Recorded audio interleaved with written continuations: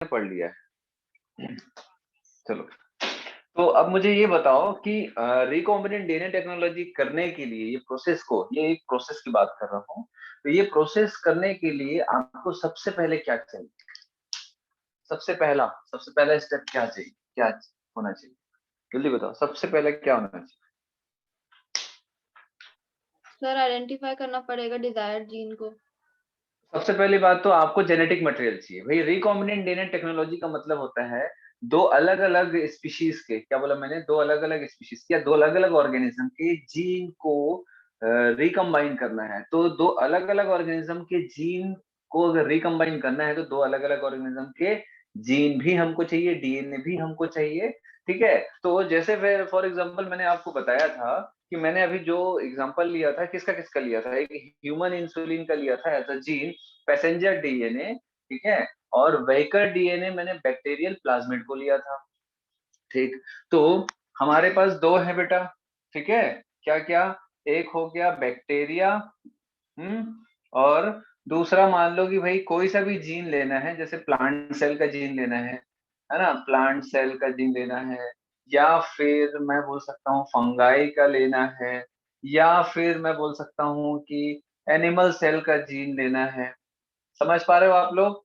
ठीक है ना, दो का लेना है ना, एक ये हो गया हमारा, एक हमारा बैक्टीरिया का हो गया, इसका हम लोग क्या लेंगे, प्लाज्मिड लेंगे, ठीक है, और बाकी इनका कोई जीन का सैंपल लेंगे, जीन सैंपल और डीएनए सैंपल और डीएनए। ये समझ आ रहा बात आप लोगों को?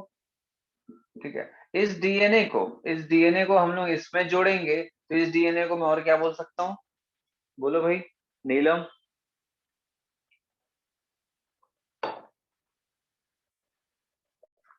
Foreign DNA.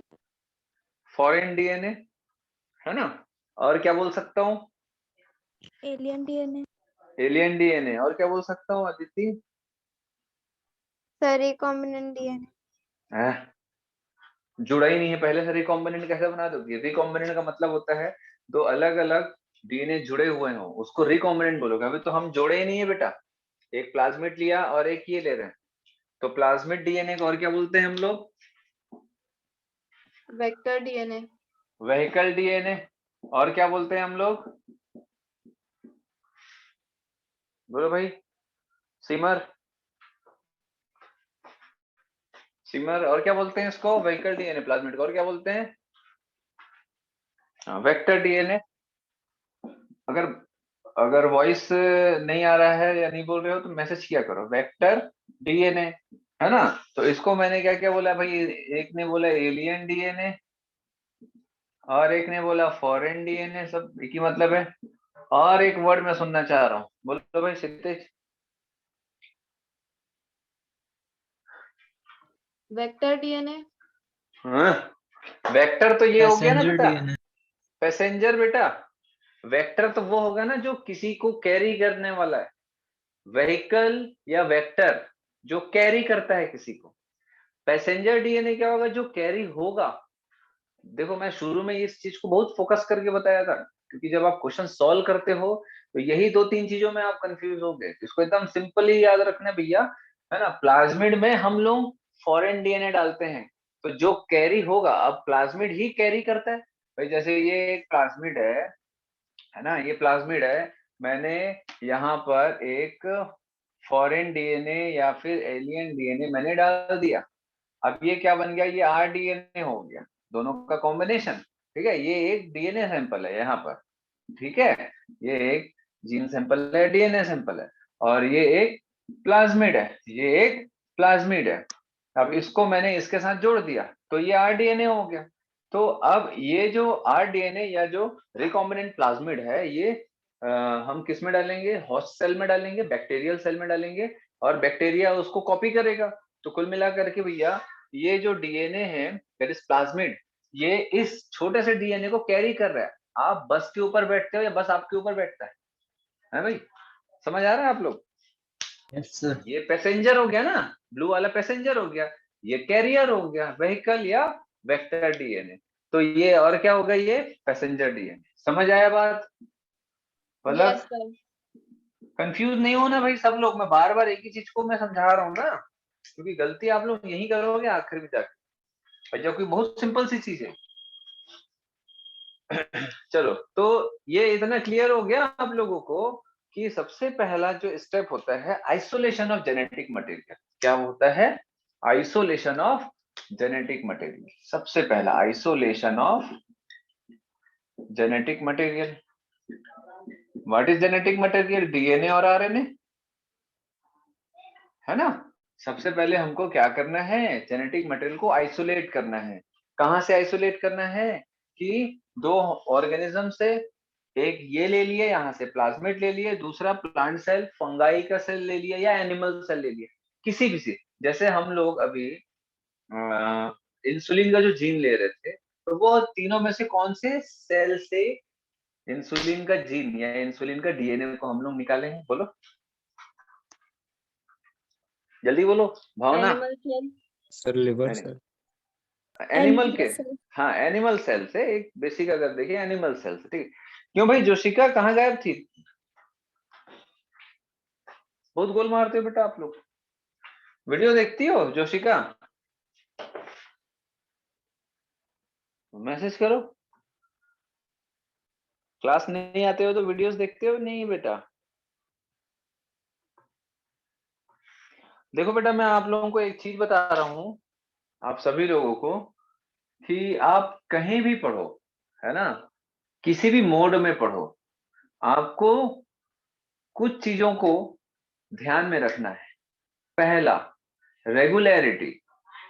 मैं आपको गारंटी दे रहा हूं, आप ऑफलाइन मोड तो बेस्ट होता है, बट ऐसा नहीं है कि ऑनलाइन में आप रिकॉर्डेड वीडियो देख रहे हो। मैं हमेशा प्रेफर करता हूं कि आप लोग लाइव क्लास अटेंड करो, ठीक है। ये ऑनलाइन जो है, लाइव ऑनलाइन जो होता है वो ऑफलाइन से 19-20 ही होता है। अगर 19 ऑनलाइन है तो ऑफलाइन 20 है बस, है ना। दो मतलब कुछ परसेंटेज का ही डिफरेंस रहेगा, बहुत ज्यादा नहीं रहता। पहला, आप लोग रेगुलर रहो लाइव क्लास। रिकॉर्डेड आपको मिल जाता है, बहुत अच्छी बात है, बट मैं फिर भी आप लोगों से रिक्वेस्ट करूंगा कि लाइव क्लास में अटेंड करने की कोशिश करो। इससे क्या होगा ना बेटा, आप एक फ्लो में आप पढ़ लेते हो, एक फ्लो में समझ लेते हो चीजों को। जब हम रिकॉर्डेड देखते हैं तो हम थोड़ा सा फ्लो में नहीं रहते हैं, कंसंट्रेट होकर के नहीं देखते हैं, ठीक है, क्योंकि हमारे पास समय ही समय रहता है चीजों को आराम से करने के लिए। तो ये सब इसलिए मैं आप सभी को एक ही चीज बोलता हूँ कि कोशिश करो क्लास में रेगुलर रहो, पहला। दूसरा, जो भी चीज आज पढ़ाया गया है, चाहे फिजिक्स हो चाहे बायो हो, जैसे दो सब्जेक्ट हो रहा है, दोनों सब्जेक्ट का आज ही रिवीजन कैसे भी करके कंप्लीट करना है। कैसे भी करके थ्योरी पढ़ना है, साथ में आपको क्वेश्चन भी उसके सॉल्व करने हैं। आज नहीं हो पा रहा तो कल सुबह करो, लेकिन स्कूल जाने से पहले सारा चीज हो जाना चाहिए, ठीक है। तीसरी चीज एंड मोस्ट इंपॉर्टेंट, टेस्ट को सीरियसली लो। क्योंकि आप लोग देखे होंगे कि जो लोग, आप अगर अच्छे से टेस्ट दिए हो, मैं आपको बता रहा हूँ, एमसीक्यू पैटर्न का एग्जाम देने में आपको प्रॉब्लम नहीं हुई होगी।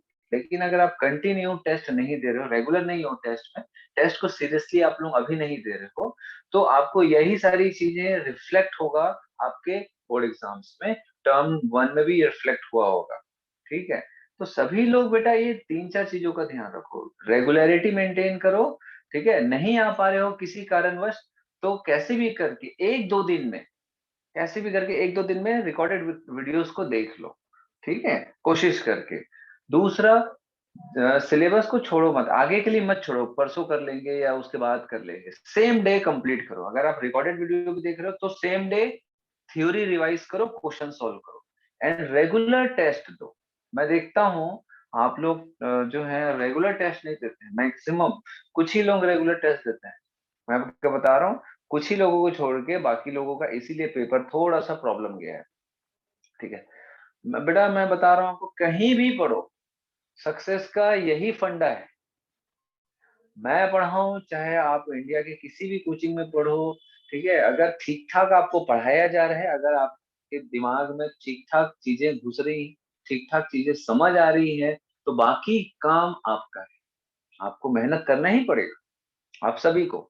अगर बहुत सारे लोग मेरे को बोल रहे थे कि टर्म 1 में ये प्रॉब्लम वो प्रॉब्लम, उसका सबसे बड़ा प्रॉब्लम एक्चुअल में आपका डेली स्टडी का पैटर्न है।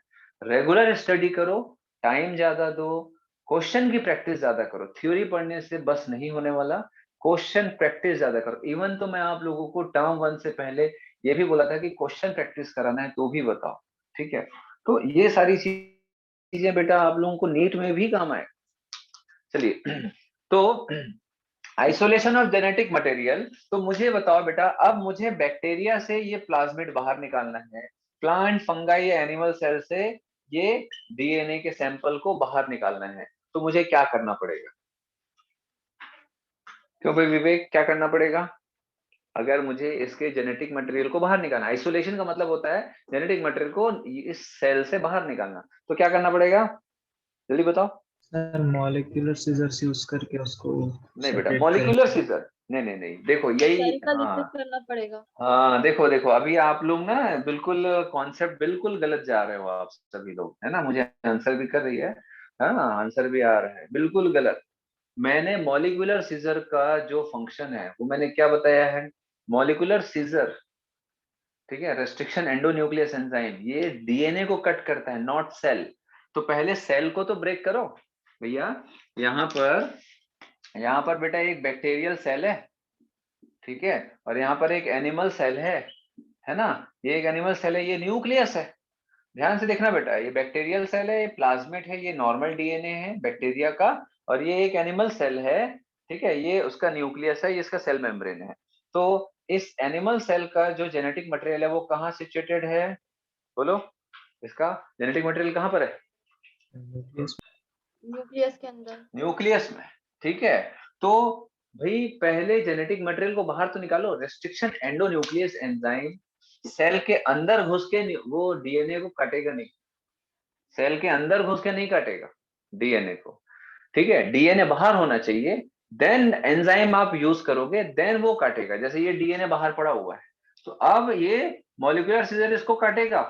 लेकिन अगर ये जो डीएनए है इसको मैं सेल के अंदर रखूंगा, ये सेल के अंदर है भैया, अब मुझे बताओ, ये सेल के अंदर आ गया, हाँ ये सेल के अंदर है, तो अब मुझे मिलेगा ही नहीं फ्री एंड्स, तो मैं कैसे काटूंगा इसको? तो सबसे पहले मुझे क्या करना पड़ेगा, क्यों भाई, क्या करना पड़ेगा भावना? सबसे सर पहले मुझे सेल क्या को करना पड़ेगा? के डीएनए अलग करना पड़ेगा। सबसे पहले सेल को ब्रेक करना पड़ेगा, तो मैं सेल को तोड़ूंगा पहले, ठीक है, ये सेल को मैंने ब्रेक किया, सेल को तोड़ दिया, डाइजेस्ट कर दिया, है ना, सेल को मैंने तोड़ दिया। जैसे ही मैं सेल का लिसिस करूंगा, क्या बोला मैंने, सब जैसे ही मैं सेल का लिसिस करूंगा, सेल लिसिस समझते हो, सेल का ब्रेकडाउन, सेल लिसिस मतलब सेल का ब्रेकडाउन। तो जैसे ही मैं सेल लिसिस करूंगा, सेल का ब्रेकडाउन करूंगा, सेल के सारे ऑर्गेनेले क्या हो जाएंगे बेटा, एक दूसरे से अलग हो जाएंगे, मतलब सेल के बाहर आ जाएंगे। गोल्जी बॉडी, एंडोप्लाज्मिक रेटिकुलम, अगर प्लांट सेल है तो क्लोरोप्लास्ट, न्यूक्लियस, न्यूक्लियस भी ब्रेक डाउन होगा, उसके अंदर का पूरा डीएनए मटेरियल सब अलग हो जाएगा, साइटोप्लाज्म अलग हो जाएगा। अब क्या करना पड़ेगा भाई, अब अगर कोई सेल को ब्रेक की है तो भाई ब्रेक करने के लिए कुछ तो चाहिए, उसके लिए भी एंजाइम चाहिए, तो लिटिक एंजाइम का इस्तेमाल करेंगे। जैसे प्लांट सेल के लिए सेलुलेस, ठीक है, और फंगाई के लिए काइटिनेस। समझ आ रहा है बात आप लोगों को? जैसे प्लांट सेल के लिए क्या यूज करेंगे, ब्रेक बाय एंजाइम, बोलो, पढ़े हो आप लोग 11th में, सेल्यूलेस, ठीक है, ब्रेक बाय एंजाइम सेल्यूलेस, ये बाय काइटिनेस, है ना, काइटिनेस। और ये हो गया बैक्टीरियल सेल, कैसे होगा, लाइसिंग लाइसोसोम, लाइसोसोम, हाँ बेटा क्या, लाइसिंग एंजाइम। हाँ लाइसिंग एंजाइम, लाइसोसोम, ठीक है, एनिमल सेल को भी लाइसोसोम से हम ब्रेक कर दिए, तो लाइसोसोम, काइटिनेस, सेल्यूलेस, ये सारे एंजाइम ऑब्वियसली एंजाइम से ब्रेक करेंगे। ये सारे एंजाइम क्या लिटिक एंजाइम है, ये क्या करेंगे, इन सेल को ब्रेक करेंगे, डाइजेस्ट करेंगे, तो सेल खुलेगा। लेकिन अब सेल खुलेगा तो भैया उसके डीएनए को हमको एक्सट्रैक्ट करना है। मान के चलो इतना सारा सेल है, इतना सारा सेल है, ये पूरे सेल को डाइजेस्ट करना है। ये सब सेल को डाइजेस्ट करने के लिए एंजाइम डाल दिए, अब सेल ब्रेक हो गया, टूट गया, फट गया, ठीक है। अब इस सेल के मटेरियल में से हमको गोल्जी बॉडी, एंडोप्लाज्मिक रेटिकुलम, ठीक है, ribosome, genetic material, cytoplasm, different types of organelle जो भी होंगे प्लांट और एनिमल में, फंगाई में, उन सभी से अब डीएनए को अलग करना है।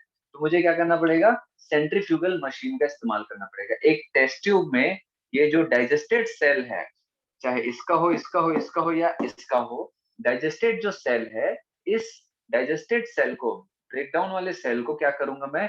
टेस्ट ट्यूब में डालूंगा। डालने के बाद इसको सेंट्रीफ्यूगल मशीन में छोड़ दूंगा। तो ये सेंट्रीफ्यूगल मशीन इसको क्या करेगा? घुमाएगा। घुमाएगा तो क्या होगा बेटा? इस टेस्ट ट्यूब में अकॉर्डिंग टू मॉलिक्यूलर वेट, जैसे ही घुमाने के बाद छोड़ेंगे, मॉलिक्यूलर वेट के हिसाब से क्या हो जाएगा? मॉलिक्यूलर वेट के हिसाब से इस टेस्ट ट्यूब में मटेरियल्स जो है वो अरेंज हो जाएंगे। समझ आ रहा है बात? और हम पहले से प्रेडिक्ट करके रखते हैं कि भाई डीएनए का मॉलिक्यूलर वेट ये मालूम है साइंटिस्ट लोगों को, तो डीएनए का मॉलिक्यूलर वेट मालूम है, तो जैसा मॉलिक्यूलर वेट होगा तो भाई मे भी कोई एक सेल ऑर्गेनेले एग्जांपल के तौर पर ए है, कोई बी है, कोई सी है, कोई डी है। तो ए वाला जो रहता है बहुत ज्यादा हैवी होगा तो सबसे नीचे बेस में पाया जाएगा टेस्ट ट्यूब के। मान के चलते हैं कि डी वाला जो पॉइंट है यहाँ पर आपको डीएनए मिलेगा, ठीक है। तो यहाँ से क्या करेंगे? जो लिक्विड होगा जिसमें डीएनए होगा उस सैंपल को वहां से आइसोलेट कर लेंगे। तो ये प्रोसेस को हम क्या बोलते हैं? Isolation of genetic material. समझ आया बात इतना? Yes sir. क्लियर हो रहा है बेटा सबको? Yes sir. हाँ, अदिति?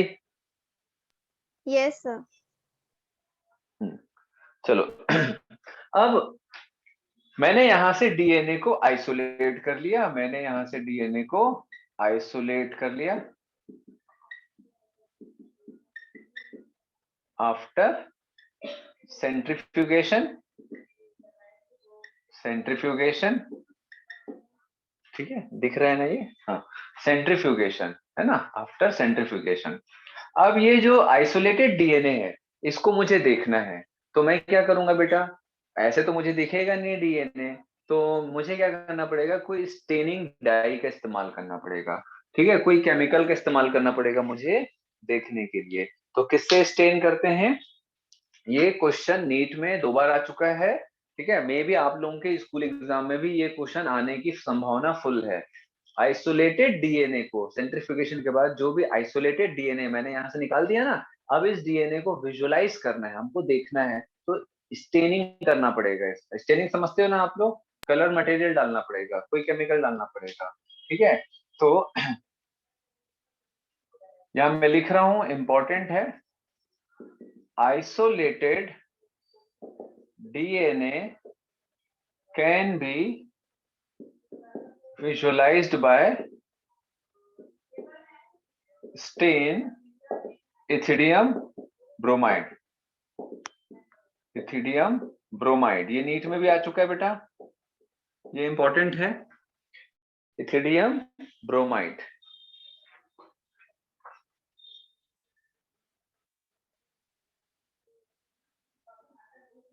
ethidium bromide, ठीक है। आईएमपी करके लिख लेंगे ethidium bromide, followed by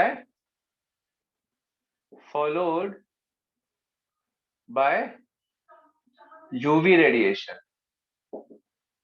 followed by UV radiation।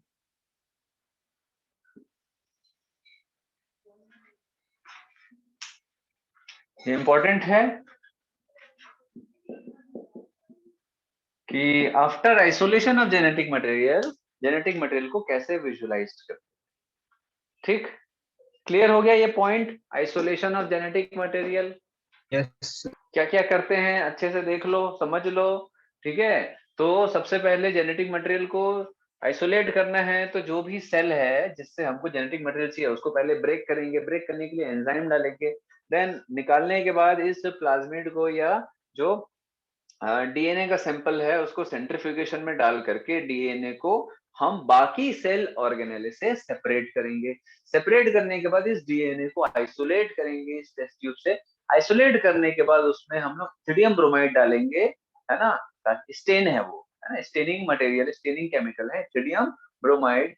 Ethidium bromide डालने के बाद हम उसको यूवी रेडिएशन डालेंगे। यूवी लाइट समझते हैं ना, जो ब्लू कलर है ना, एकदम अल्ट्रावायलेट लाइट, है ना, तो यूवी रेडिएशन से हम लोग उसको फिर विजुअलाइज करेंगे। क्लियर हो गया? हटा दूं, ये पॉइंट हटा दूं पूरा? Yes. Yes sir. बाकी लोग, ओजस्वी समझ आ रहा है भाई? ये आपको बेटा अगर आज से समझना है, अनम्यूट करके आप बोल सकते हो। क्या है, आप शुरुआत की क्लास अगर नहीं देखे हो तो मैं बायोटेक्नोलॉजी मान के चलो, मैं एक कॉन्सेप्ट पे पूरा बायोटेक्नोलॉजी खत्म कर देता हूँ। ठीक है, इंसुलिन का जीन निकाल के इंसुलिन बनाना है। तो ये जो कहानी है, इसी से ही बायोटेक्नोलॉजी एक्चुअल में, आप जो सेकंड चैप्टर है एप्लीकेशन ऑफ बायोटेक्नोलॉजी, उसमें भी यही कॉन्सेप्ट अप्लाई होगा, आप आगे पढ़ोगे। तो आप ना पुराना जो वीडियो है बेटा वो ले लीजिएगा ओजस्वी, तो ताकि ये आप लोग, आपको और अच्छे से क्लियर हो जाए। ये बहुत इंपॉर्टेंट चैप्टर है, किसी को छोड़ना नहीं है ये चैप्टर। मान के चलो आपके एग्जाम में और नीट में इससे काफी अच्छे क्वेश्चन आने वाले हैं। चलो हटा रहा हूँ बेटा, किसी को डाउट होगा तो हाथ उठा दो।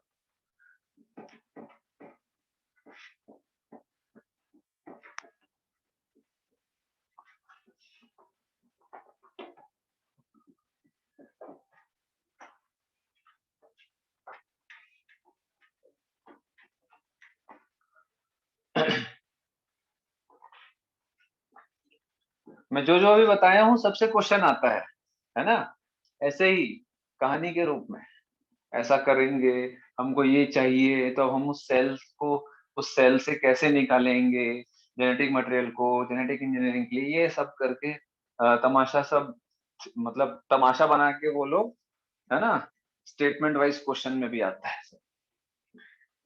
चलिए अब हम लोग आइसोलेट कर लिए बेटा, अब क्या करेंगे? सेकंड पॉइंट बताओ। देखो अब हमारे पास क्या है, प्लाज्मिड डीएनए है, दूसरा एलियन या फॉरेन डीएनए। फॉर एग्जांपल हम लोग कौन सा एग्जांपल लेते हैं शुरू से, कौन सा जीन है जिसको प्लाज्मिड में डालना है, बोलो तो भाई। अनुराग है, अनुराग, आज अक्षत और वो गायब है, खुशी, हाँ। क्यों भाई अदिति, कौन सा डालते हैं, कौन सा जीन लेते हैं बेटा हम लोग प्लाज्मिड में जोड़ने के लिए? सर शुरू से इंसुलिन का जीन। इंसुलिन का जीन, ठीक है। तो अब मैंने जैसे आप लोगों को पहले कहानी में ये बताया था कि भाई प्लाज्मिड डीएनए लेंगे और इंसुलिन का जीन लेंगे, हम दोनों को जोड़ देंगे। लेकिन हम लोग ऐसा फिजिकल प्रोसेस के थ्रू नहीं कर सकते कि प्लाज्मिड को चिमटी से पकड़े, इंसुलिन के जीन को चिमटी, चिमटी समझते हैं ना आप लोग? Yes, क्यों sir. भाई, है ना, क्यों भाई क्षितिज? हाँ सर। हाँ चलो, पलक समझते हो, चिमटी समझते हो? हाँ चलो, तो चिमटी से नहीं समझते हो? अरे बेटा वो ट्वीजर टाइप का आता है ना एक चिमटी जैसा इंस्ट्रूमेंट, ठीक है। तो चिमटी से पकड़ के हम दोनों को ऐसे आसपास लाके उसको नहीं जोड़ सकते, है ना, वो सब एंजाइमेटिक रिएक्शन होता है। तो आइसोलेट कर लिए, लेकिन अब बात ये है कि भैया जो हमारा जीन ऑफ इंटरेस्ट है, जीन ऑफ इंटरेस्ट मतलब जो हमारे काम का जीन है, क्योंकि जब भी हम एनिमल सेल को ब्रेक करेंगे, इंसुलिन निकालेंगे, ठीक है, तो इंसुलिन का जीन निकालेंगे, तो इंसुलिन का जीन भैया जब निकालेंगे तो बहुत ही मुश्किल से एक सेल से भाई एक डीएनए का सेगमेंट हमको मिलेगा, ठीक है। तो हम अब कितने सारे सेल को ब्रेक करेंगे, सेंट्रीफ्यूगेशन करेंगे। देखो ध्यान से समझना, मैं जो बताने जा रहा हूँ कि हमारे पास कितना है भैया, 46 डीएनए का सेगमेंट है ना। तो 46 में से इमेजिन करो कि एक डीएनए में से हमको एक डीएनए का छोटा सा सेगमेंट, मतलब 46 में से किसी एक डीएनए में हमारा इंसुलिन का जीन अवेलेबल है, 46 में से किसी एक डीएनए में, ठीक है। तो सबसे पहली बात तो भैया इस 46 डीएनए को निकालो बाहर, देन उसके बाद वो एक डीएनए को क्या करो, आइसोलेट करो, उसको पहचानो, पहचानने के बाद, सेलेक्ट करने के बाद, वहां से हमको क्या करना पड़ेगा, वो डीएनए को हमको काट के निकालना है ना। इंसुलिन का जो जीन है, दिस पार्ट ऑफ डीएनए, उसको हम लोग सेपरेट करना है। तो 46 में से किसी एक डीएनए को निकालना है, तो ऐसा हम हर सेल के साथ में कर नहीं पाएंगे। तो हमको क्या करना पड़ेगा, अगर हमको एक डीएनए का सेगमेंट भी मिल गया है ना, या लिमिटेड नंबर ऑफ डीएनए का सेगमेंट मिल गया और लिमिटेड नंबर ऑफ प्लाज्मिड मिल गया, तो अब हम क्या करेंगे, in limited number of DNA के सेगमेंट को एम्पलीफाई कर देंगे, बहुत सारी इसकी कॉपी बना देंगे, है ना। मैंने आप लोगों को पहले के क्लासेस में ये बताया था कि मैं आप ही लोगों से पूछूंगा कि जब मैं प्लाज्मिड, ठीक है, जब मैं प्लाज्मिड और इंसुलिन के जीन को दोनों को पास पास लाता हूं, तो क्या सारे के सारे इंसुलिन के जीन प्लाज्मिड के साथ कंबाइन हो जाते हैं, या एक भी नहीं होता है, या कुछ होते हैं कुछ नहीं होते? बताओ, आंसर दो। पिछले क्लास में ही बताया हूं मैं, सर कुछ होते हैं और कुछ नहीं होते हैं। है ना। इसका ये मतलब है कि हमको नहीं मालूम है कि भैया इंसुलिन का जीन लेंगे, इधर प्लाज्मिड लेंगे, दोनों को मिला देंगे तो कितना रिकॉम्बिनेंट डीएनए बनेगा, हमको नहीं मालूम। मे भी वो थोड़ा सा बने, मे भी ज्यादा बने, मे भी एकदम ही कम बने, मे भी बिल्कुल ना हो। यही तो जेनेटिक इंजीनियरिंग का प्रोसेस है ना। इसीलिए तो हम लोग क्या करते हैं, सिलेक्टेबल मार्कर लेते हैं, भैया कितना जो है रिकॉम्बिनेंट प्लाज्मिड बन रहा है, इसीलिए सिलेक्टेबल मार्कर लेते हैं पहचानने के लिए कि हो भी रहा है कि नहीं काम। ठीक है, इसीलिए कलर रिएक्शन प्रोसेस लेते हैं कि भैया रिकॉम्बिनेंट प्लाज्मिड बना है कि नहीं बना है। इसी को तो हम बोलते हैं ना सिलेक्टेबल मार्कर और कलर रिएक्शन का प्रोसेस। जेनेटिक इंजीनियरिंग हुआ है कि नहीं हुआ है ना। तो इसका ये मतलब है कि जितना भी डीएनए सैंपल हमारे पास है इंसुलिन का, है ना, या प्लाज्मिड, वो दोनों कितना कंबाइन होंगे हमको नहीं मालूम। तो हमको क्या करना पड़ेगा बोलो, अगर हमारे पास थोड़ा थोड़ा है ना, बहुत मुश्किल से निकला, बहुत मुश्किल से एनिमल सेल से हम लोगों ने क्या किया, इंसुलिन के जीन को निकाला, ठीक है, डीएनए को निकाला, है ना। अब बहुत सारा तो नहीं कर सकते, तो अब हमारे पास प्रोबेबिलिटी कम है, तो हम क्या कर सकते हैं बोलो। क्या हम बार बार एनिमल सेल को तोड़ेंगे, सेंट्रीफ्यूगेशन करेंगे, एथिडियम ब्रोमाइड से उसको स्टेनिंग करेंगे, यूवी लाइट से उसको विजुलाइज करेंगे, ऐसा हम कितना सारा सैंपल लेंगे, है ना। फिर उसके बाद डीएनए को विजुलाइज करके हमको 46 में से किसी एक डीएनए को सेलेक्ट भी करना है। तो ये तो बहुत ही मुश्किल वाली चीज हो गई बेटा। तो हम क्या करेंगे, हम ये जो थोड़े से हमारे पास, ठीक है, जो थोड़े से जो सैंपल हैं, दैट इज, है ना, few, very few sample of DNA, ये हमारे पास जो थोड़े से डीएनए के सैंपल हैं जो हमारे काम के हैं, 46 में से कोई एक डीएनए जिसमें इंसुलिन का जीन है ना, बड़ी मुश्किल से हम लोगों ने निकाला। ये जो थोड़े से डीएनए के जो सैंपल हैं, इसको हम लोग क्या करेंगे बेटा, कोई ऐसा टेक्निक इस्तेमाल करेंगे जिससे ये एम्पलीफाई हो जाए, इसकी कॉपी हो जाए, ठीक है, नंबर ऑफ कॉपीज, ठीक है, इंक्रीजेस नंबर ऑफ कॉपीज, है ना, increases number of copies for r DNA technology. अब ये हम इसीलिए कर रहे हैं क्योंकि हमको मालूम है कि जो भी हम जीन का सैंपल ले रहे हैं या डीएनए का सैंपल ले रहे हैं, जरूरी नहीं है कि सबके सब प्लाज्मिड के साथ में जुड़ जाए, मे भी बहुत ही कम, तो ऑलरेडी कम है, इसमें हम लोग प्लाज्मिड के साथ जुड़ने की जो संभावना है वो और कम हो जाएगी, तो हमारा जो जेनेटिक इंजीनियरिंग का प्रोसेस है मे भी वो फेल हो जाए। तो इसीलिए हम क्या करेंगे, सैंपल को बहुत सारा बढ़ा देंगे। लेकिन बहुत सारा सैंपल चाहिए तो हमको बहुत सारे एनिमल सेल को तोड़ना है, फिर डीएनए को अलग करना है सेंट्रीफ्यूगेशन के द्वारा, फिर उसको पहचानना है, फिर 46 में से किसी एक डीएनए को अलग करना है, फिर उसको सेपरेट करना है, देन फिर प्लाज्मिड के साथ जोड़ना है, काटने के बाद रेस्ट्रिक्शन एंजाइम। ये बहुत लंबा प्रोसेस है। बेटर है एक डीएनए को सेपरेट करो, बहुत ही थोड़ा सा, जो हमारा काम का डीएनए है जिसमें इंसुलिन का जीन है, उस डीएनए को सेपरेट करो और उसको एक प्रोसेस में इन्वॉल्व करो जिससे उसकी कॉपीज हो जाए, ठीक है। उस प्रोसेस को हम बोलते हैं, उस प्रोसेस को हम क्या बोलते हैं, पीसीआर टेक्निक। उस प्रोसेस को हम बोलते हैं पीसीआर टेक्निक। समझ आ रहा है। अब देखो एक छोटा सा मैं एग्जांपल बताता हूँ पीसीआर टेक्निक का। शायद मैंने आप लोगों को जेनेटिक्स में या मॉलिक्यूलर बायोलॉजी में ये बताया था पीसीआर टेक्निक के बारे में, किसी को याद है, किसी को याद है कि नहीं, बोलो। फॉरेंसिक साइंस में। फोरेंसिक साइंस में क्या क्यों करते हैं बेटा, क्योंकि जो क्राइम सीन से जो ब्लड सैंपल्स या डीएनए के सैंपल्स मिलते हैं वो बहुत थोड़े से होते हैं, तो उसको एम्पलीफाई करने के लिए और उसके और टेस्ट करने के लिए। वहां पर मैंने आपको क्या बताया था, मे बी जो क्राइम सीन है, किसी की हत्या हो गई है ना, मर्डर हो गया है, तो वहां पर जो खूनी है, मे बी उसका हेयर का एक एक हेयर मिले, एक भी बाल अगर मिल गया, तो एक हेयर का जो फॉलिकल्स होते हैं, उस हेयर फॉलिकल में जो सेल्स होते हैं, उस हेयर फॉलिकल सेल्स में हमको क्या मिलेगा, जेनेटिक मटेरियल मिलेगा, ताकि डीएनए फिंगरप्रिंटिंग कर सके। हम लोगों ने डीएनए फिंगरप्रिंटिंग पढ़ा है कि नहीं पढ़ा है अभी? yes sir, पढ़े है ना? तो डीएनए फिंगरप्रिंटिंग के लिए हमको क्या चाहिए भैया, डीएनए चाहिए। तो मे बी एक ही हेयर मिले खूनी का, तो उस एक हेयर में बहुत ही लिमिटेड नंबर ऑफ हमको डीएनए मिलेगा। अब उस डीएनए को हम लोग एज अ सैंपल के रूप में यूज करेंगे ताकि डीएनए मैचिंग कर सके।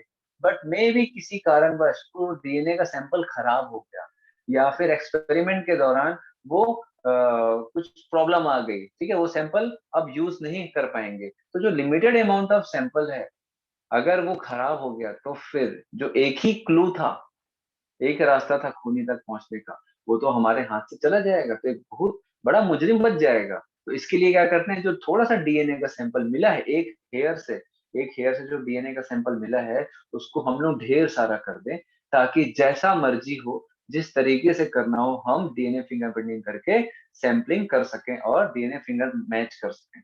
समझ आ रहा है? तो सेम प्रोसेस यहाँ पर है कि हम लोग क्या करेंगे, जो थोड़ा सा भी डीएनए का सैंपल है, उसको हम लोग उसकी नंबर ऑफ कॉपीज बना लेंगे, किसके थ्रू, पीसीआर टेक्निक के थ्रू। क्लियर हो रहा है बात, ये क्या बताना चाह रहा हूं? तो सेकंड प्रोसेस, ये क्लियर हो रहा है, हटा रहा हूं मैं इसको। yes sir, तो सेकंड जो हमारा प्रोसेस ऑफ आरडीएनए टेक्नोलॉजी का है, दैट इज एम्प्लीफिकेशन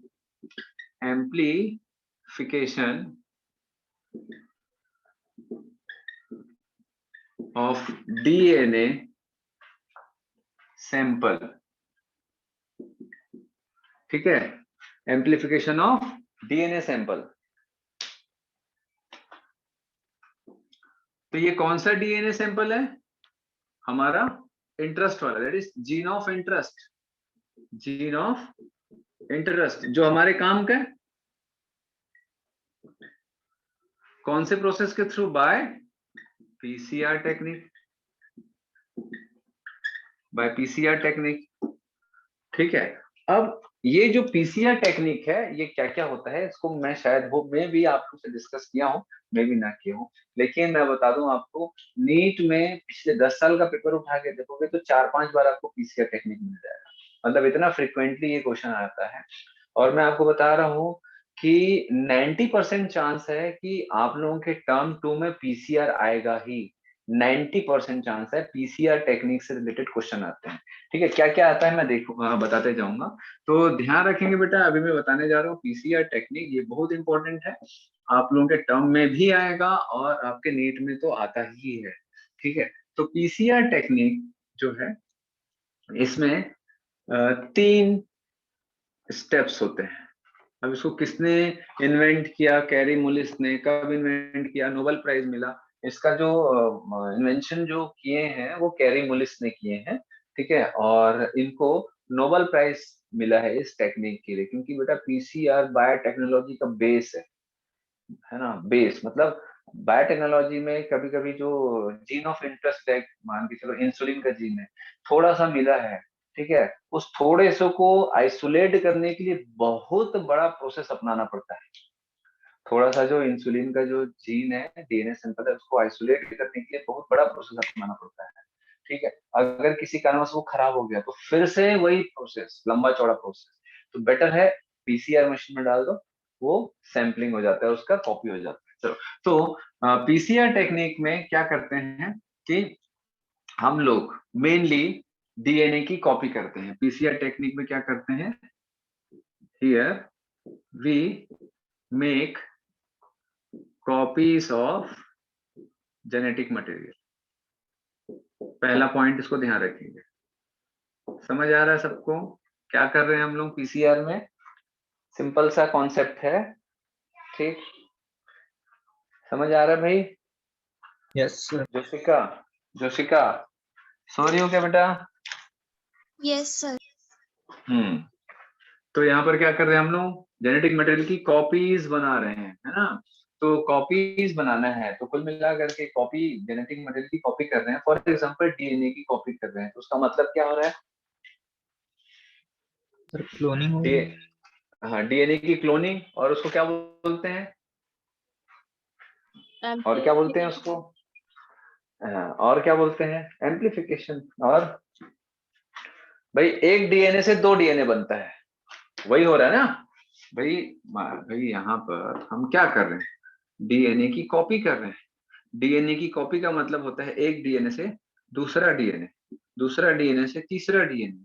इस प्रोसेस को हम लोग जनरली क्या बोलते हैं? रेप्लिकेशन। रेप्लिकेशन। तो ये क्या हो रहा है? एक प्रकार से डीएनए का रेप्लिकेशन हो रहा है। ठीक है, अब मैं जो समझाने जा रहा हूँ उसको ध्यान से समझना, ठीक है? क्योंकि वहां से उस कॉन्सेप्ट से क्वेश्चन आता है। तो डीएनए से डीएनए बन रहा है, इस प्रोसेस को रेप्लिकेशन बोलते हैं। तो अब आप लोग मुझे बताओ कि डीएनए रेप्लिकेशन करने के लिए क्या क्या चाहिए? कोई भी? सर एंजाइम्स चाहिए। एंजाइम्स चाहिए, चलो एंजाइम्स चाहिए, ठीक है ना? तो डीएनए से डीएनए बनाने के लिए कौन सा एंजाइम चाहिए? DNA DNA polymerase. DNA polymerase, DNA polymerase, ठीक है। और क्या चाहिए? Sir substrate dNTP. हाँ, जो भी उसका, जैसे एडेनाइन, ग्यूनाइन, साइटोसिन, थायमिन, है ना? बेस पेयर्स चाहिए कि नहीं चाहिए? हम, है ना, डीएनए बनाना है तो उसका बेस पेयर्स चाहिए। और एक छोटा सा डीएनए का सेगमेंट जो जुड़ता है, याद आ रहा है आप लोगों को? डीएनए रेप्लिकेशन जब अपन करते हैं तो जैसे ये खुला यहाँ पर, तो क्या होता है? यहाँ पर एक छोटा सा डीएनए का सेगमेंट जुड़ेगा, याद आ रहा है क्या? फिर जैसे ये 5 डैश है, ये 3 डैश है, ये 5 डैश है, ये 3 डैश है, इधर बढ़ेगा। हाँ, याद आ रहा है? क्या बोलते हैं एक छोटा सा डीएनए पीस को? Primer. प्राइमर डीएनए, है ना? Primer DNA. तो ये सब तो नेचुरल हो रहा था, है ना? ये सब तो नेचुरल हो रहा था, ठीक है। और क्या चाहिए डीएनए रेप्लिकेशन करना है तो? सोचो, एक बहुत इंपॉर्टेंट चीज छोड़ रहे हो आप लोग। ये हो गया, ये हो गया, ये हो गया, और क्या चाहिए? Sir, DNA ligase. DNA ligase तो एंजाइम में आ जाएगा। और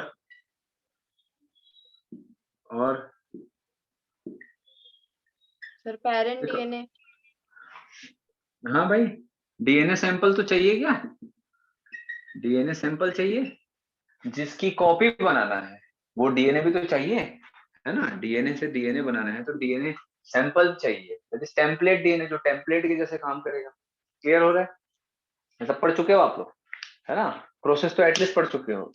तो ये टेम्पलेट डीएनए। तो पीसीआर टेक्निक के लिए हमको क्या क्या रिक्वायरमेंट है? क्या क्या रिक्वायरमेंट है? दैट इज रेप्लिकेशन ही है एक प्रकार का।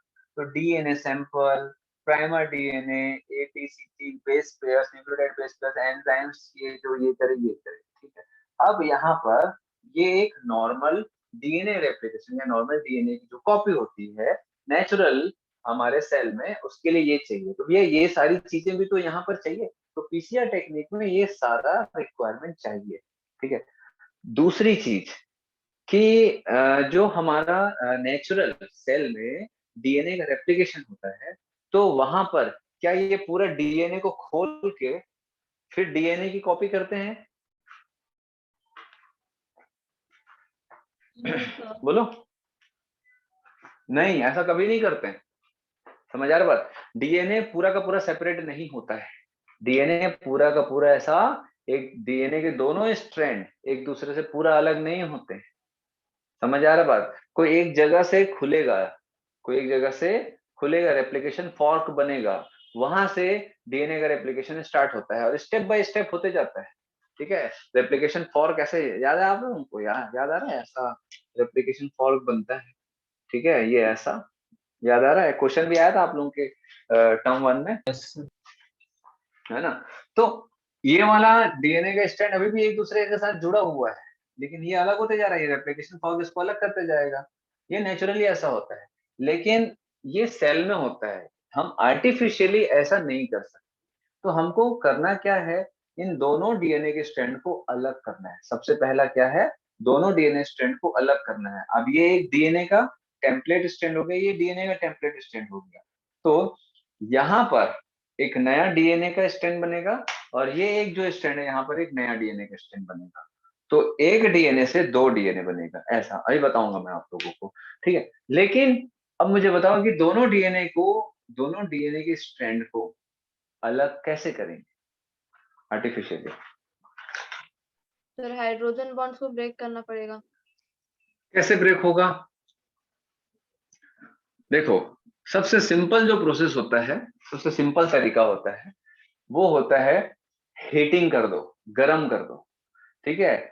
डीएनए को एकदम ज्यादा हॉट क्लाइमेट दो, ठीक है, गरम कर दो। टेम्परेचर अगर आप बढ़ा दोगे, डीएनए सैंपल का टेम्परेचर को अगर आप बढ़ा दोगे, तो डीएनए का डीनेचुरेशन होता है। हाई टेम्परेचर पर डीएनए के स्ट्रैंड एक दूसरे से अलग होने लग जाते हैं। हाई टेम्परेचर पर डीएनए के दोनों स्ट्रैंड एक दूसरे से अलग, हाइड्रोजन बॉन्ड्स हाई टेम्परेचर पे अलग होने लग जाते हैं। तो दो डीएनए के स्ट्रैंड एक दूसरे से अलग अलग हो जाते हैं, ठीक है। समझ आ रहा है बेटा आप लोगों को? तो जब दोनों डीएनए स्ट्रैंड अलग होगा तो हमको क्या मिल गया, एक टेम्पलेट स्ट्रैंड, दूसरा टेम्पलेट स्ट्रैंड। देखो, ये अगर दो डीएनए का स्ट्रैंड है ऐसा, ये डीएनए का स्ट्रैंड है ना। अब मुझे इनको अलग करना है, तो मुझे क्या करना पड़ेगा, टेम्परेचर को हाई रखना पड़ेगा, टेम्परेचर इंक्रीज करना पड़ेगा, ठीक है। मान के चलो 80 90 डिग्री सेंटीग्रेड टेम्परेचर तक ले। तो 90 डिग्री सेंटीग्रेड टेम्परेचर के बाद डीएनए बिल्कुल अलग हो जाता है एक दूसरे से, ठीक है। तो अब क्या होगा, ये मान के चलो मैं ये इसको ए स्ट्रैंड ले रहा हूँ, इसको बी स्ट्रैंड ले रहा हूँ, तो ये ए स्ट्रैंड इधर हो गया अलग, ठीक है, और इधर बी स्ट्रैंड अलग हो गया। क्लियर हो रहा है बात आप लोगों को? टेम्परेचर इंक्रीज किए, 90 डिग्री तक लेके गए, डीएनए का डीनेचुरेशन हो गया, इसको बोलते हैं डीनेचुरेशन ऑफ डीएनए।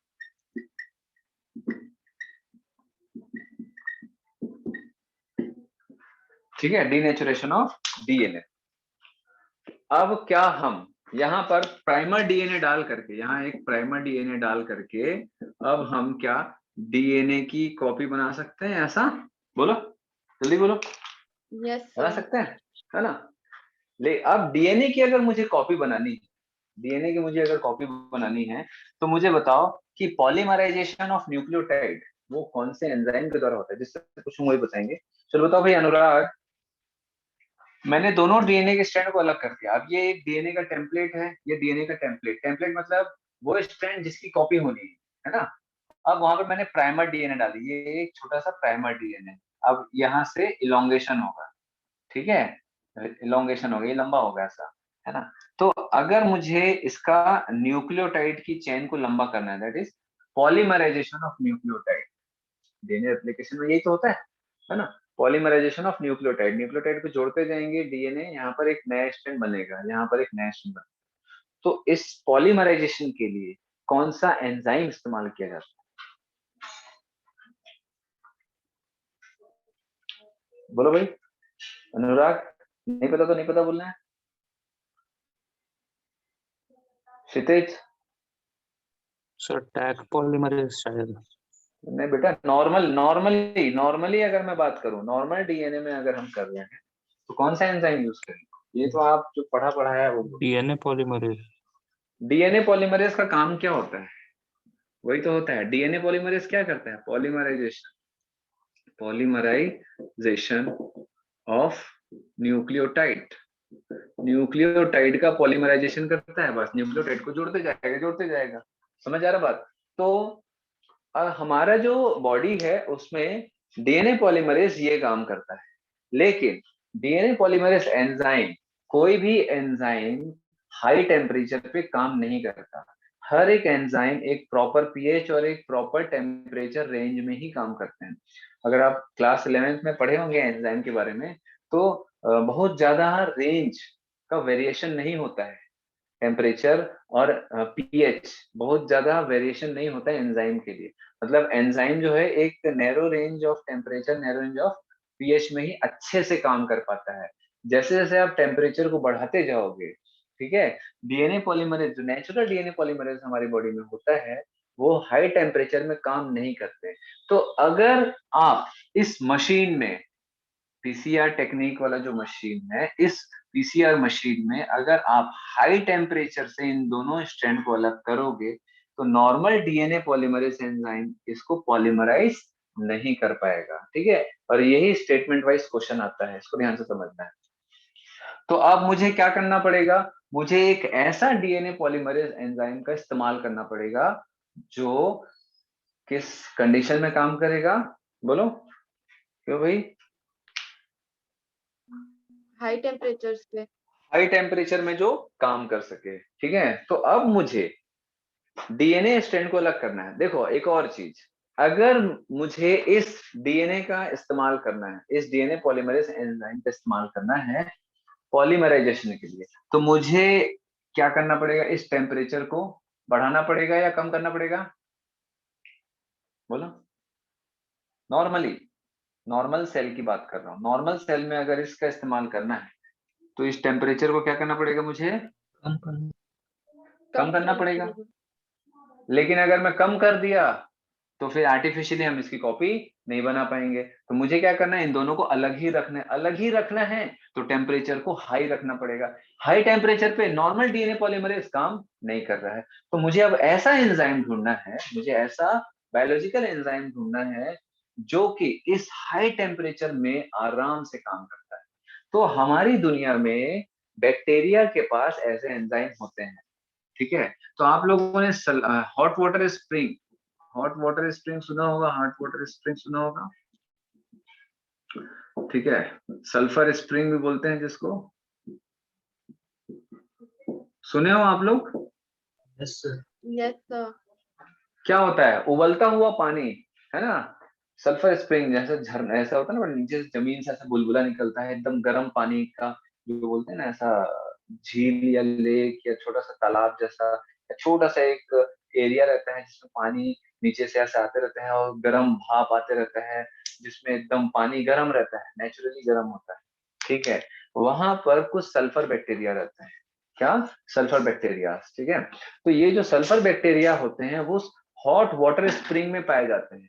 तो अगर पाए जाते हैं, इसका मतलब है वो जिंदा पाए जाते हैं, है ना।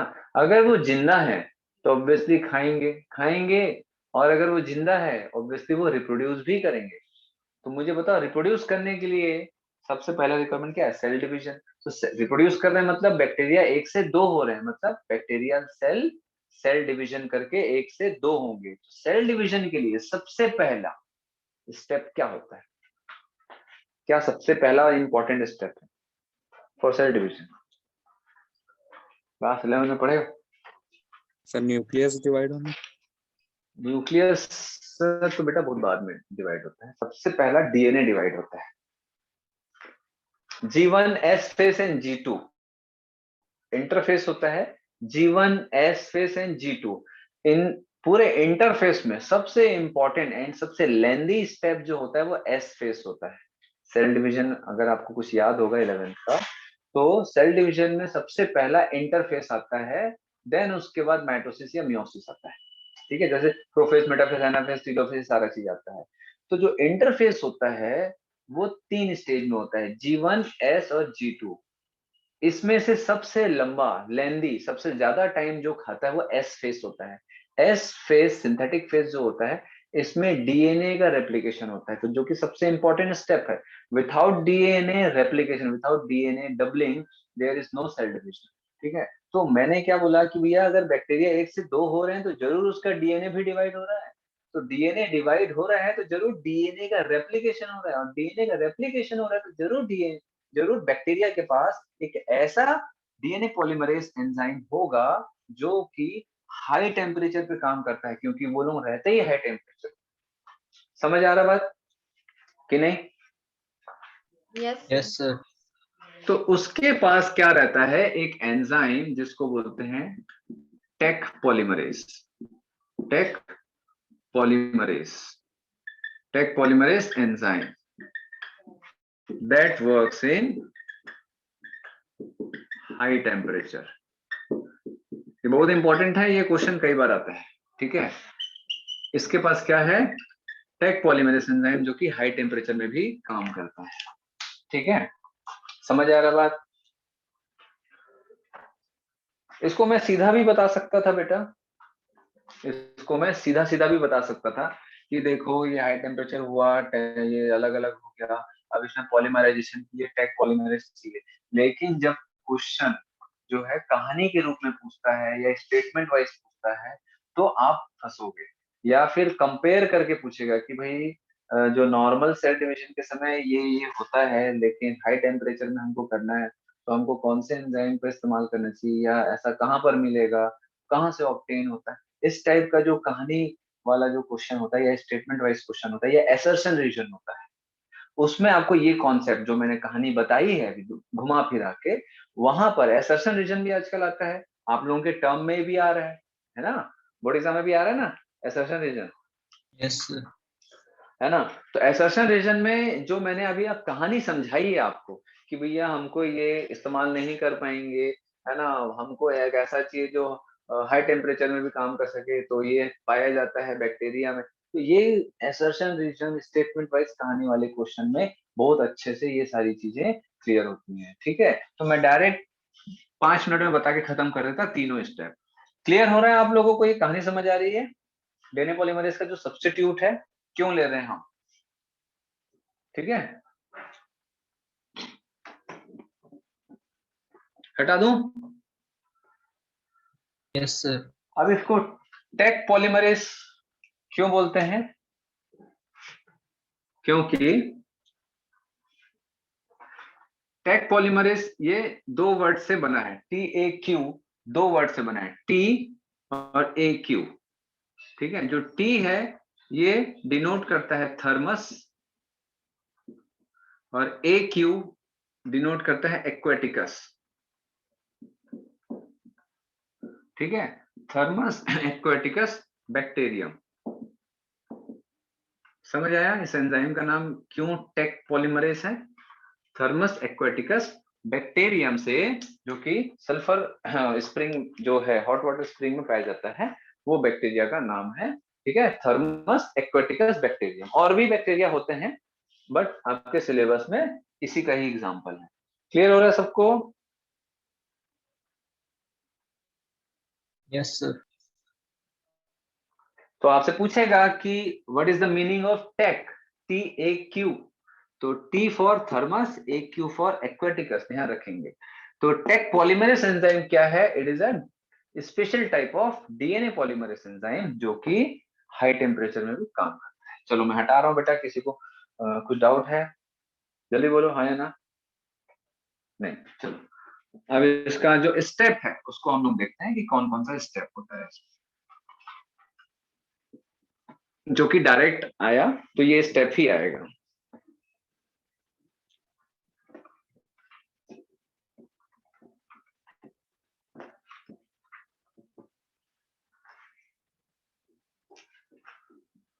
तो सबसे पहला जो स्टेप होता है पीसीआर में, that is denaturation of DNA. Denaturation of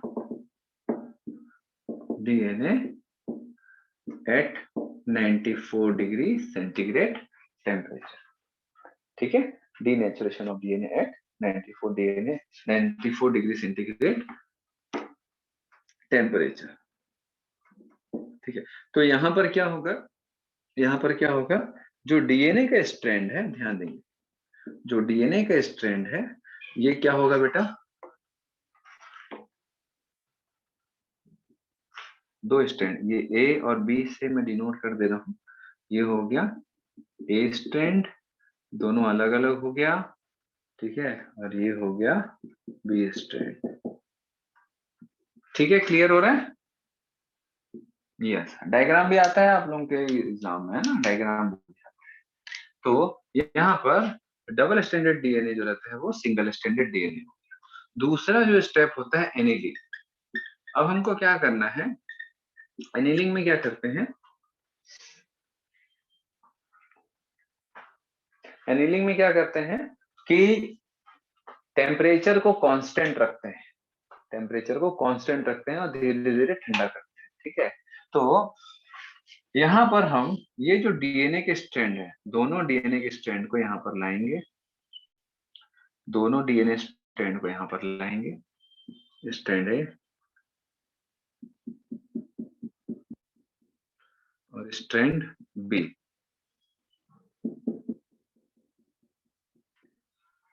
strand है और स्ट्रैंड बी। अब क्या करेंगे बेटा, प्राइमर डीएनए का इस्तेमाल करेंगे, यहाँ पर प्राइमर डीएनए का इस्तेमाल करेंगे। तो मैं भी जैसे मान के चलो कि ये 5' 3' है और ये 3' 5', तो प्राइमर डीएनए में कौन से एंड में डालूंगा, बताओ भाई भावना, प्राइमर डीएनए कौन से स्ट्रैंड में डालूंगा मैं? सर दोनों एंड में होगा ना? नहीं बेटा, यहाँ पर जो ए स्ट्रैंड है, यहाँ पर प्राइमर डीएनए कौन सी जगह पे डालूंगा, इधर डालूंगा इधर डालूंगा? सर 3' एंड पे। 3' एंड पे मैं क्या करूंगा, प्राइमर डीएनए डालूंगा। ठीक है, ये क्या है, प्राइमर डीएनए। ठीक है, अब मैं क्या करूंगा, प्राइमर डीएनए डाल दिया, यहाँ पर प्राइमर डीएनए 8 to 10 न्यूक्लियोटाइड का 5' to 3', 5' to 3', है ना। अब प्राइमर डीएनए डाल दिए, टेम्परेचर को कांस्टेंट रखे, देन उसके बाद अब हम लोग क्या करेंगे, तीसरा जो प्रोसेस है हमारा एक्सटेंशन, तीसरा जो पॉइंट है हमारा एक्सटेंशन और इलोंगेशन,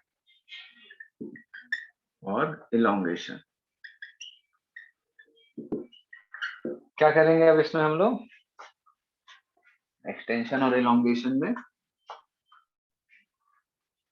बोलो, इस प्रोसेस को कंटिन्यू करेंगे, use of Taq polymerase enzyme.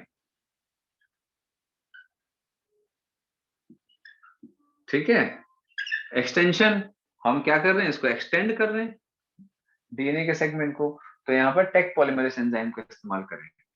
ठीक है, अब ये जो है इसको मैं यहां बना दिया, ए स्ट्रैंड है, ध्यान से देखना,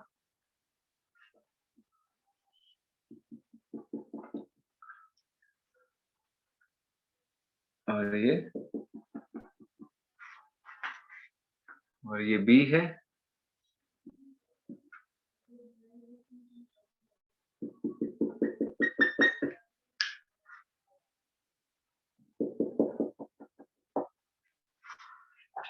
ठीक है, इन दोनों को अपन जोड़ दिए, दोनों को जोड़ दिए, तो एक डीएनए से 2 डीएनए बन गया। समझ आया बात आप लोगों को? एक डीएनए था, दोनों को अलग किए, अलग करने के बाद प्राइमर डीएनए डाले, एटीसीजी बेस पेयर डाले, बेस पेयर डाल के टेक पॉलीमरेज एंजाइम का इस्तेमाल किए और एक स्ट्रैंड को इलोंगेट किए और दूसरे स्ट्रैंड को इलोंगेट किए और 2 डीएनए हम लोग सिंथेसाइज करें। क्लियर है बेटा? क्लियर है ये? बोलो, किसी कुछ डाउट है? Clear, sir. हटा दूं? Yes sir. तो ध्यान रखिएगा कहां पर क्या करते हैं। तो पहला स्टेप इज डीनेचुरेशन, डीएनए के स्ट्रैंड को डबल को सिंगल बनाना। एक पॉइंट में बता रहा हूं एग्जाम में जो आता है, पहला स्टेप में डबल स्ट्रैंडेड डीएनए को सिंगल स्ट्रैंड बनाना, खत्म, ज्यादा दिमाग नहीं लगाना। कैसे? टेम्परेचर हाई रख, खत्म। ठीक है, कितना भी कठिन क्वेश्चन हो बस यही चीज को ध्यान रखना। दूसरा, ये एक साइक्लिक प्रोसेस है। दूसरा एनीलिंग, एनीलिंग में क्या करेंगे, प्राइमर डीएनए का इस्तेमाल करेंगे, खत्म। ठीक है, तीसरा एक्सटेंशन और इलोंगेशन, क्या खासियत है इस स्टेप का,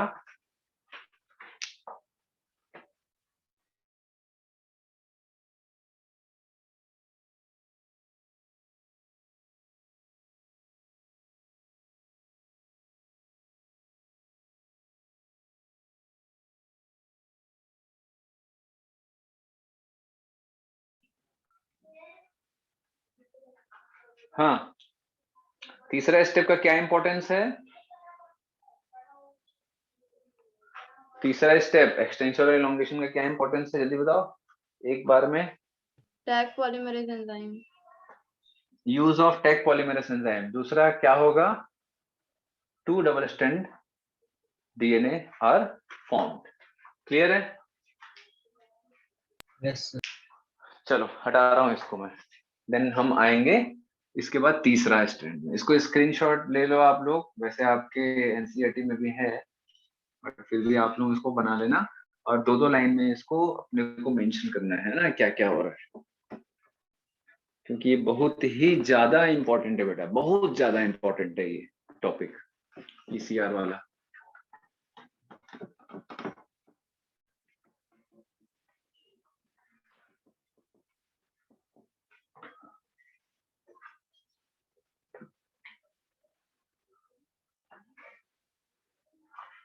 अच्छा, अब हम लोगों ने क्या कर लिया कि जो डीएनए, मान के चलो 46 डीएनए में से जो एक डीएनए है जिसमें क्या है, बोलो, जिसमें क्या है? Desired gene. डिजायर्ड जीन, हमारा मनचाहा जीन, जिसको हमको क्या करना है? आइसोलेट करना है, जिसको हमको निकाल के प्लाज्मिड में डालना है ना। तो वो डीएनए की हम नंबर ऑफ कॉपीज बना ली, लेकिन जो डीएनए की हम नंबर ऑफ कॉपीज बनाए हैं उसमें अब हमको क्या निकालना है? उसमें से हमारा मनचाहा जीन का एक छोटा सा सेगमेंट, इंसुलिन का gene, that is part of DNA, छोटा सा डीएनए के सेगमेंट को इतने लंबे डीएनए से काट के निकालना है। तो क्या करना पड़ेगा भैया तीसरा स्टेप में हमको? बोलो, क्या करना पड़ेगा? Cutting of DNA at specific location. कैसे करेंगे? कैसे करेंगे? जैसे ये हमारा, हाँ ये हमारा डीएनए है, ये हमारा डीएनए है, ये इसकी हम लोगों ने कॉपी बना ली। अब हमको ये डीएनए का ये वाला हिस्सा चाहिए हमको, ठीक है, जीन ऑफ इंसुलिन हमको चाहिए, है ना। तब हम क्या करेंगे कि use of restriction endonuclease enzyme.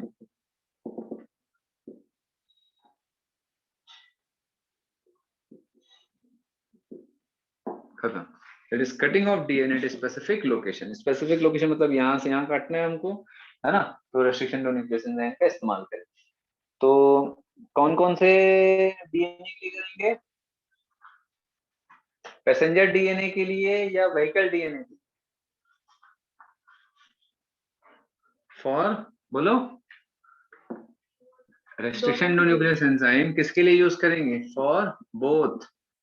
मैंने एक ही चीज बार बार बोली है, मेरे ख्याल से मैं ये 8 या 10 बार बोल चुका हूँ कि रेस्ट्रिक्शन टू न्यूक्लियस एंजाइम, एक रेस्ट्रिक्शन टू न्यूक्लियस एंजाइम दोनों, दैट इज फॉरेन डीएनए को अलग करने के लिए और प्लाज्मिड डीएनए को काटने के लिए, दोनों के लिए हम सेम एंजाइम इस्तेमाल करते हैं। For both passenger and vector DNA. Clear है? Passenger DNA and vector DNA. Easy है ये? Yes, sir.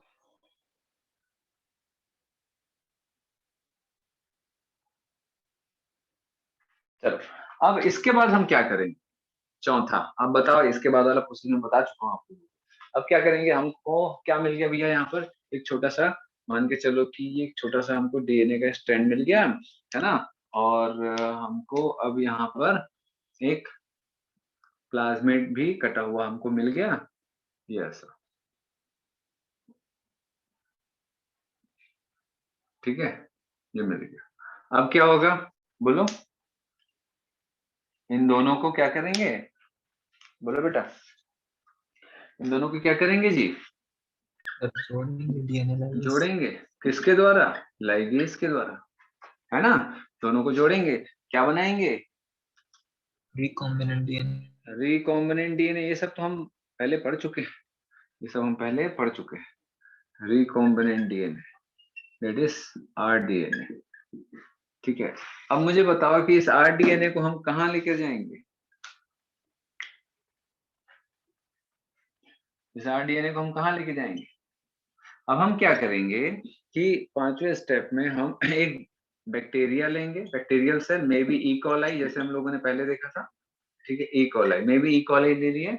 अब इसका हम लोग क्या करेंगे, प्लाज्मिड को रिमूव करेंगे, प्लाज्मिड को रिमूव करेंगे, इसमें छोटे छोटे से छेद बना देंगे, है ना, छोटे छोटे से छेद बना देंगे। तो रिमूव करने के बाद ये जो प्लाज्मिड है, सॉरी, ये जो ई कॉलाई बैक्टीरिया है, ये जो ई कॉलाई बैक्टीरिया है, ई कॉलाई बैक्टीरिया है ना, ये क्या है बेटा, विथआउट प्लाज्मिड है। अब विथआउट प्लाज्मिड वाला जो बैक्टीरिया है ना, इसमें कुछ केमिकल डालेंगे हम, इसमें कुछ केमिकल डालेंगे, like calcium chloride, calcium chloride, calcium chloride और कुछ केमिकल्स हम डाल करके क्या करेंगे, इसमें छोटे छोटे से छेद कर देंगे। ये याद होगा आप लोगों को, मैंने एकदम शुरू में बताया, याद है नहीं याद है?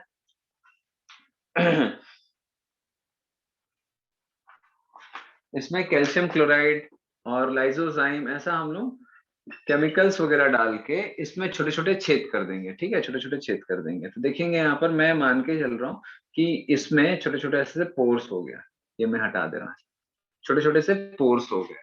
अब इस पोर में हम क्या करेंगे, ये रिकॉम्बिनेंट डीएनए को, इसको इस जगह पर छोड़ देंगे, ऐसा इस जगह पर हम लोग क्या करेंगे, आरडीएनए को छोड़ देंगे, ये ठीक है, आरडीएनए को छोड़।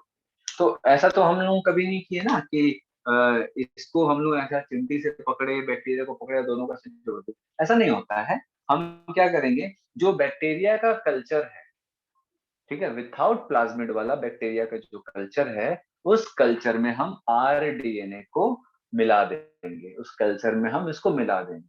मिलाने के बाद हम क्या करेंगे कि कुछ समय छोड़ेंगे, जिससे कि आरडीएनए ऑटोमेटिक इसके अंदर चला जाए। क्यों? क्योंकि बैक्टीरियल सेल की टेंडेंसी होती है अपने प्लाज्मिड को रीगेन करने, ठीक है। तो ये जो रहेगा, केमिकल के द्वारा इसको छेद किए छोटे छोटे से, जिससे कि ये आरडीएनए इसमें अंदर जा सके। देन उसके बाद नेक्स्ट स्टेप में क्या होगा कि जो हमारा ये जो बैक्टीरिया है, ये हमारा जो बैक्टीरिया है, इसमें हमारा आरडीएनए चला गया, इसमें हमारा आरडीएनए चला गया। ठीक है, ये ध्यान रखना, कैल्शियम क्लोराइड का इस्तेमाल करते हैं फॉर मेकिंग पोर्स, पोर्स, ठीक है, बैक्टीरिया में पोर्स, छोटे छोटे छेद करने के लिए कैल्शियम क्लोराइड का इस्तेमाल करते हैं।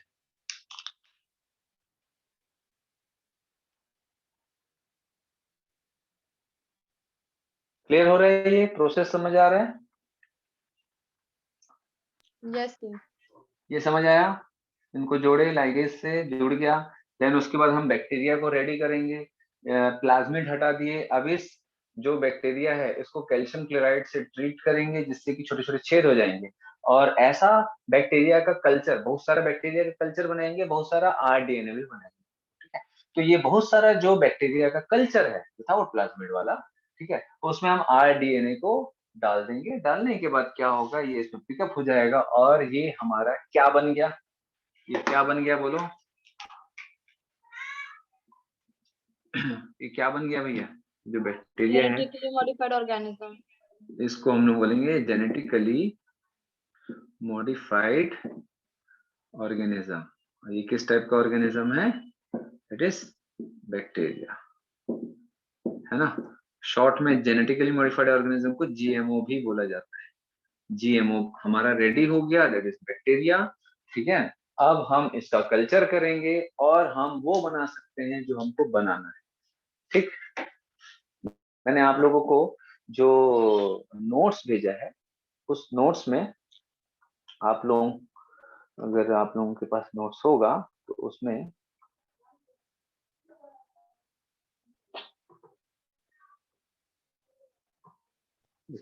शेयर कर रहा हूँ। हाँ बोलो बेटा।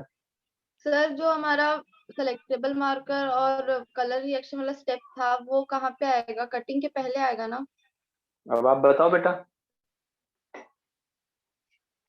सोचो, सेलेक्टेबल मार्कर जो आप एक्चुअल में वो एक एक्सपेरिमेंट है कि आप जीएमओ बना पा रहे हो कि नहीं, तो वो स्टेप आप कब अपनाओगे?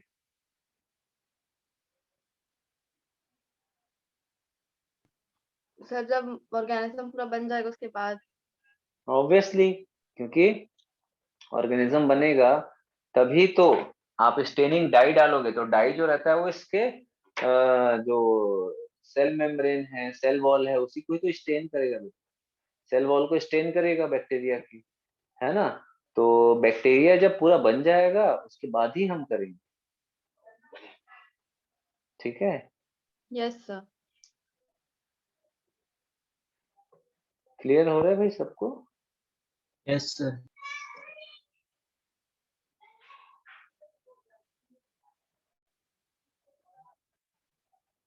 एक मिनट बेटा, मैं थोड़ा सा कुछ ढूंढ रहा हूँ। बायोटेक्नोलॉजी आप लोगों को भेजा हूँ, लेकिन दूसरी जगह है।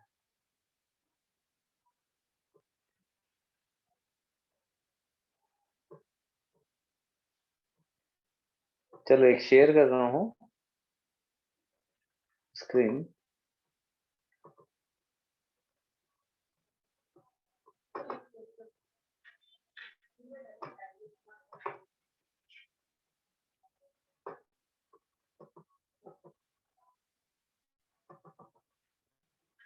कुछ दिख रहा है क्या? No, sir. सर ये कुछ प्रॉब्लम वो- है। चलो मैं आप लोगों को जो भेजा हूँ ना नोट्स, मेरी आवाज आ रही है ना? Yes, sir.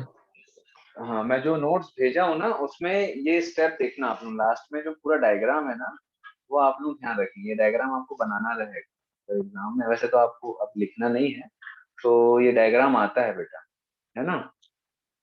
तो उसमें देख लेना, मैं यहाँ से कट कर रहा हूँ क्योंकि मेरा जो मोबाइल इंटरनेट से चल रहा है तो मैं भी ये लोड नहीं ले पा रहा है। तो चलो मैं क्लास एंड कर रहा हूँ यहीं पर, है ना? नोट्स में से देख लेना, ठीक है? Yes, sir. चलो मिलते हैं नेक्स्ट क्लास में। Thank you, sir. Thank you sir. Thank you, sir.